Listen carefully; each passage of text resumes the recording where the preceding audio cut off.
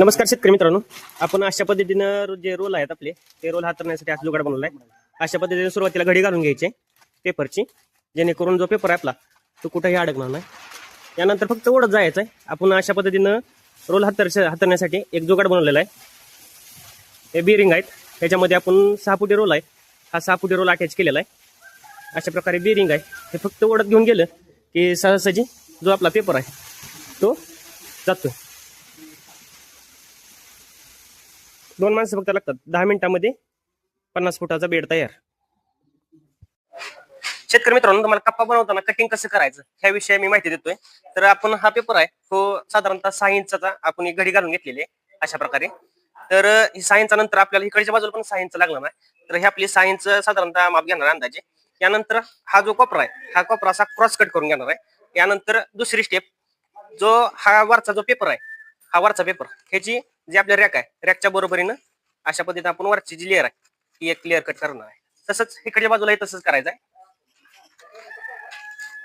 हा कोपरा जो आहे आपला तो कोपरा आपण क्रॉस कट करून घेणार आहे। आणि यानंतर ते जो वरचा जो पेपर आहे घडी घातलेला तो आपण अशा पद्धतीनं कट करणार आहे। हा कट केल्यामुळे काय होतं की मधला जो स्पेस आहे तो अशा पद्धतीने कव्हर होतो। आणि यानंतर तिच्या साईडच्या बाजू आहेत ते आपण अशा पद्धतीने वरती घेऊया। असं गुंडळायचं आहे, साधारणतः 1 mm पर्यंत असं गुंडळून त्याला स्टेपल करायचं आहे। तर शेतकरी मित्रांनो, हे आपण आता साईडच्या ज्या बाजू आहेत त्या टाचणी मारून पॅक करून घेतलेला आहे। जो स्पेस आपण उभा जो कापलेला आहे तो हा कॉर्नर कव्हर करतो, आणि जो आपण जो मधून कापलेला आहे तो हा पूर्ण स्पेस कव्हर करतो। हा राहिलेला पेपर काय करायचा आहे, जे आपला कप्प्याची जी दोरी आहे त्या दोरीवरती अशा पद्धतीने वरती टाकून घ्यायचा आहे। वरती टाकून घेतल्यानंतर अशा पद्धतीनं स्टेपल करून घ्यायचं आहे।